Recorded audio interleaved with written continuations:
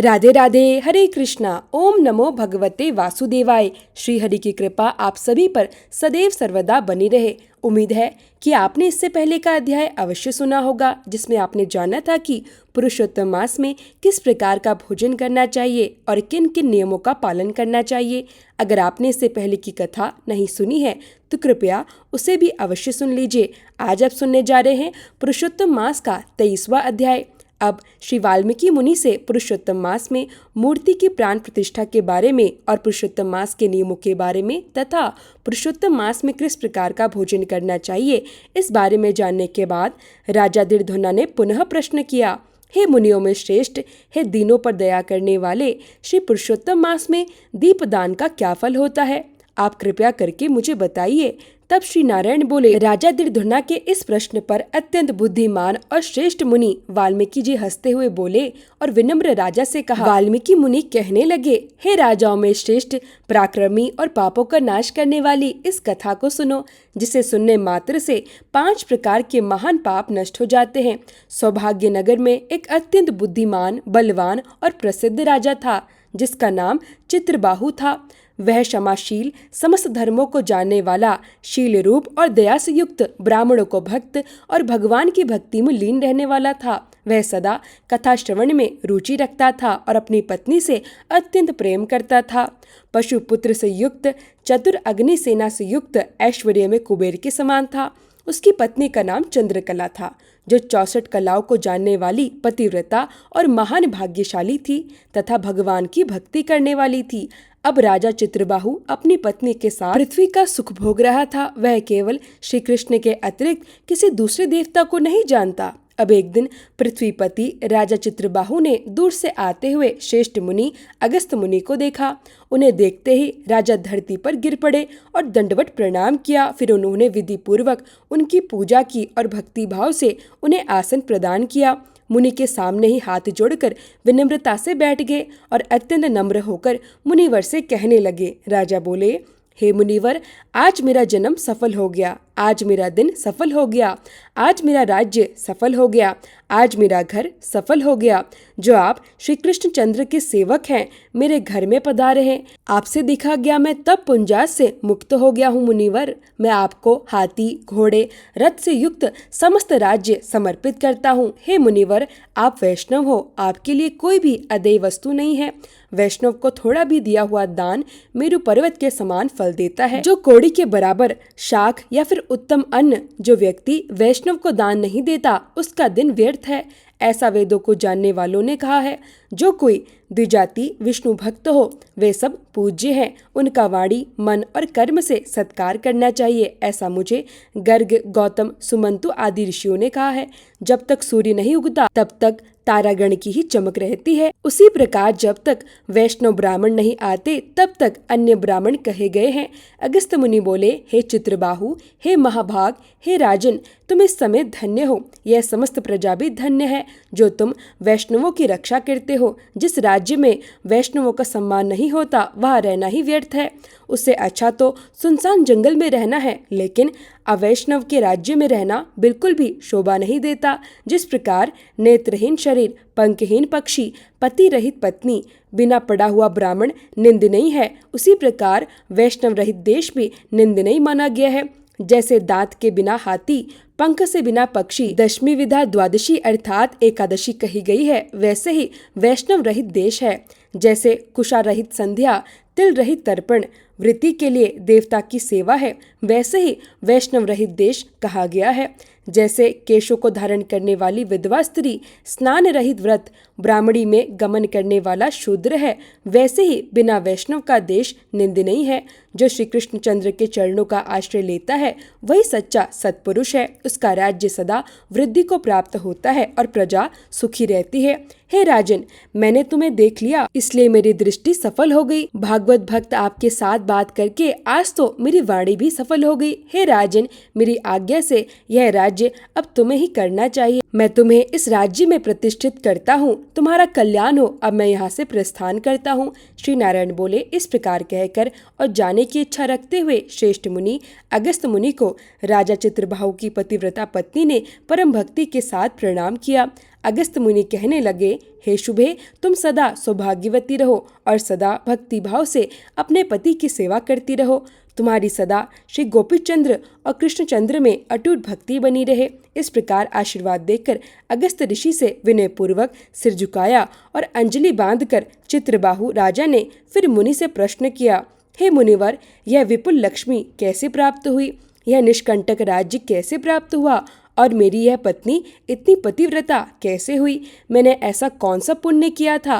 हे मुनिवर, कृपया मुझे यह सब बताइए। मैं तो आपकी शरण में आया हूँ। हे मुनीश्वर, आप तो हाथ में स्थित दर्पण के समान सब कुछ जानने वाले हैं। कृपया मुझे पूरा वृत्तांत सुनाइए। श्री नारायण बोले, इस प्रकार राजा चित्रबाहु के पूछने पर मुनिश्रेष्ठ अगस्त मुनि एकाग्रचित होकर राज्य श्रेष्ठ चित्रबाहु से बोले। अगस्त मुनि कहने लगे, राजन, मैंने तुम्हारे पूर्व जन्म का चरित्र देख लिया है इतिहास के सहित। अब मैं उस प्राचीन चरित्र को कहता हूँ, ध्यान से सुनो।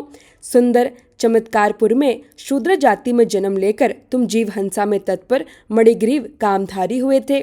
तुम्हारे चरित्र ऐसे थे कि तुम नास्तिक, दुष्ट चरित्र वाले, दूसरे की पत्नी का हरण करने वाले, कृत्यघन और दूरविनीत हो गए थे और शिष्टाचार से रहित हो गए थे। और तुम्हारी यह जो पत्नी है, यह भी अपने पूर्व जन्म में स्त्री ही थी, जो कर्म, मन और वचन से पति सेवा में समर्पित थी।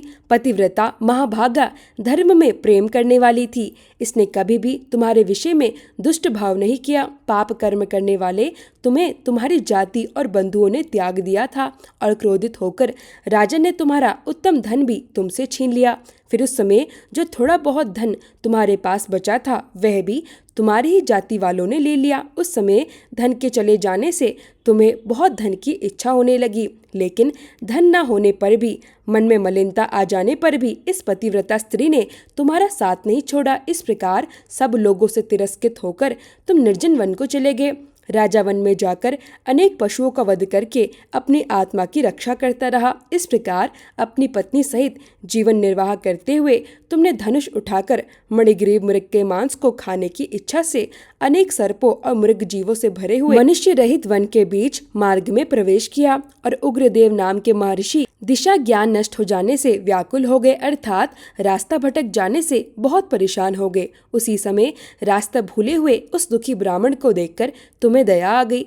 तुमने उस ब्राह्मण को उठाकर अपने साथ लेकर तुम अपने आश्रम में आ गए। उस दुखी ब्राह्मण की तुम दोनों पति पत्नी ने सच्चे मन से सेवा की। एक समय के बाद वह महायोगी आश्चर्य चेतनता को प्राप्त हो गए, अर्थात जब उन्हें होश आया तब वे आश्चर्य में पड़ गए कि मैं तो वहां था, यहाँ कैसे आ गया और इस घने जंगल के बीच से मुझे यहाँ कौन लाया? श्री नारायण बोले, मणिग्रीव ने उस ब्राह्मण से कहा कि यह सुंदर तालाब है जिसमें कमलिनी के पुष्प की सुगंध से शीतल जल है। हे ब्राह्मण, उस शीतल जल में स्नान करके मध्याह्न की क्रिया कर लीजिए और फिर फलाहार कीजिए और इस शीतल जल का पान भी कीजिए। इस समय मैंने आपकी रक्षा की है, अब आप सुखपूर्वक विश्राम कीजिए। हे मुनि श्रेष्ठ, आप उठिए, आप कृपया करने के योग्य हैं। अगस्त मुनि बोले, उस समय उग्रदेव ब्राह्मण श्रम रहित होकर सावधान हो गए और मणिग्रीव के वचन को सुनकर भूख प्यास से व्याकुल थे। मणिग्रीव की उनकी भुजा पकड़कर वट वृक्ष से शोभित तालाब के किनारे पर जाकर तुम बैठ गए। वृक्ष की छाया में बैठकर थोड़ी देर विश्राम करने के बाद उन्होंने स्नान किया, नित्य कर्म किया और वासुदेव भगवान का पूजन किया, देवताओं और पितरों का तर्पण किया और शीतल जल का पान किया। फिर गुरुदेव ब्राह्मण शीघ्र ही वट वृक्ष के मूल में आकर बैठ गए। पत्नी सहित मणिग्रीव ने मुनि श्रेष्ठ उग्रदेव को नमस्कार किया और अतिथि सत्कार की इच्छा से विनम्र होकर बोले, हे ब्राह्मण, आज मुझे तारने के लिए ही आप मेरे आश्रम में आए हैं। आपके दर्शन से मेरे सारे पाप नष्ट हो गए हैं। इस प्रकार ब्राह्मण से कहकर प्रसन्न मणिग्रीव अपनी पत्नी से बोले, हे सुंदरी, जो स्वादिष्ट पके हुए फल हैं उन आम्र फलों को जल्दी से लेकर आओ, देर मत करना। शुभा ननाने और जो भी अन्य कंदमूल है उन्हें भी लेकर आओ। पत्नी ने पति के वचन को सुनकर फलों और कंदमूल को प्रसन्नता से लाकर ब्राह्मण के सामने रख दिया। अब मणिग्रीव ने फिर विनम्रता पूर्वक उस ब्राह्मण से कहा, हे ब्राह्मण, इन फलों को ग्रहण कीजिए और मुझ स्त्री पुरुष को कृतार्थ कीजिए। उग्रदेव ब्राह्मण बोले, मैं नहीं जानता आप कौन है, कृपया बताइए। विद्वान ब्राह्मण को चाहिए कि वह कभी भी अपरिचित का भोग ग्रहण न करे।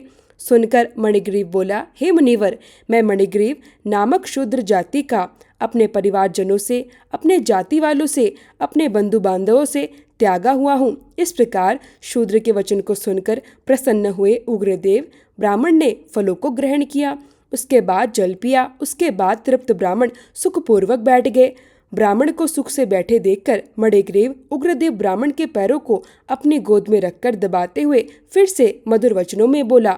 मणिग्रीव कहने लगा, हे मुनि श्रेष्ठ, अब आप कहाँ जाएंगे? इस निर्जन जल रहित हिंसक जंतुओं से भरे हुए दुष्ट वन में आप कहाँ से आए? तब उग्रदेव ने कहा, हे महाभाग, मैं ब्राह्मण हूँ, प्रयाग जाना चाहता हूँ। इस समय रास्ता न जानने के कारण मैं इस भयंकर वन में चला आया हूँ। उस जगह थकावट और प्यास के कारण क्षण भर में ही मैं मरणासन हो गया था। उसके बाद तो तुमने मुझे प्राणदान दिए हैं। हे मणिग्रीव, मैं तुम्हें क्या दूं? हे मणिग्रीव, तुम दोनों पति पत्नी किस दुख के कारण इस वन में आए हुए हो? वह दुख मुझे बताओ, मैं उसे दूर कर दूंगा। अगस्त मुनि बोले। इस प्रकार उग्रदेव ब्राह्मण के वचन सुनकर अपनी पत्नी के सामने उस मुनीश्वर उग्रदेव की प्रार्थना कर दरिद्रता समुद्र को पार करने की इच्छा वाले मणिग्रीव ने अपने कर्मों के भयंकर फल का पूरा वृत्तांत बताया। मणिग्रीव ने जो भी कुछ कहा वह भक्ति पूर्वक सुनने योग्य है। इसका वृत्तांत आप सभी अगले अध्याय में सुनेंगे। अगर आज की कथा आपको अच्छी लगी हो तो प्लीज वीडियो को लाइक करें।